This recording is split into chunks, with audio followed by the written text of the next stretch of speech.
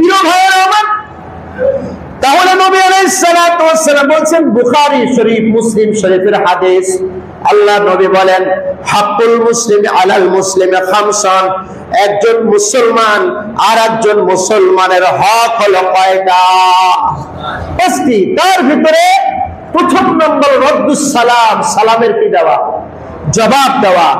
2 নম্বর ইয়াদাতুল মারিজ, অসুস্থ ব্যক্তিকে কি করা, সেবা করা। অসুস্থ ব্যক্তিকে কি করা, সেবা করা।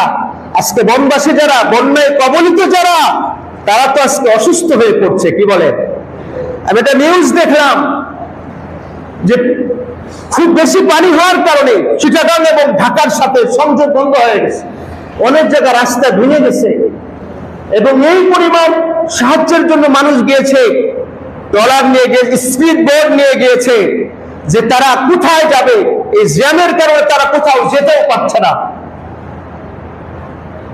তারা অসুস্থ হয়ে পড়েছে, ছোট ছোট বাচ্চারা অসুস্থ হয়ে পড়েছে। এই জন্য ইয়াদাতুল মারিজ, অসুস্থ ব্যক্তির সেবা করা, এটা মুসলমানের হক। মুসলমানের কি হক?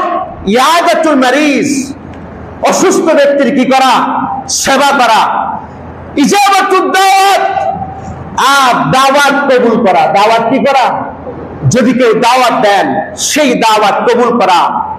সুতরাং আজকে এই আমরা এখানে যারা আছি, আমাদের উচিত হবে, এখানের আমি খবর পেয়েছি যে এখানে আমাদের ছাত্র ভাই যারা আছেন, তারা এখানে সাহায্য তুলছে, এলাকা থেকে সাহায্য তুলছে।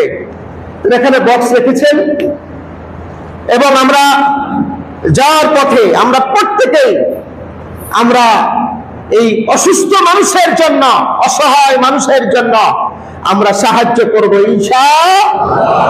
আমরা যার যতটুকু তৌফিক আছে সাহায্য করব।